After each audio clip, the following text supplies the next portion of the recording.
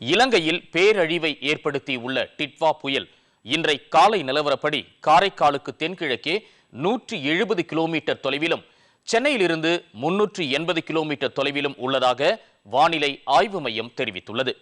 நாளை வடக்கு மற்றும் வடமேற்கில் நகர்ந்து வட தமிழகம், புதுச்சேரி மற்றும் தெற்கு ஆந்திர கடலோர பகுதியில் நிலவக்கூடும் என தெரிவிக்கப்பட்டுள்ளது. புயல் எச்சரிக்கை காரணமாக தமிழகத்தில் அனைத்து பள்ளி கல்லூரிகளுக்கும் விடுமுறை அளிக்கப்பட்டுள்ளது. சென்னை உள்ளிட்ட வட கடலோர மாவட்டங்களில் இன்று பிற்பகல் முதல் நாளை வரை ஓரிரு இடங்களில் அதி கனமழை பெய்யக்கூடும் என கூறப்பட்டுள்ளது. செங்கல்பட்டு, திருவண்ணாமலை, காஞ்சிபுரம், சென்னை, திருவள்ளூர் உள்ளிட்ட மாவட்டங்களில் மிக கனமழை பெய்யக்கூடும் என தெரிவிக்கப்பட்டுள்ளது. நாளை கடலோர பகுதிகளில் 70 கிலோமீட்டர் வேகத்தில் பலத்த காற்று வீசக்கூடும் என எச்சரிக்கப்பட்டுள்ளது. மோசமான வானிலை காரணமாக பொதுமக்கள் வீடுகளுக்குள் இருக்குமாறும் வெளியே செல்வதை தவிர்க்குமாறும் அறிவுறுத்தப்பட்டுள்ளது. மீட்பு பணிகளுக்கு தேசிய பேரிடர் மீட்பு படையினர் தயார் நிலையில் வைக்கப்பட்டுள்ளனர்.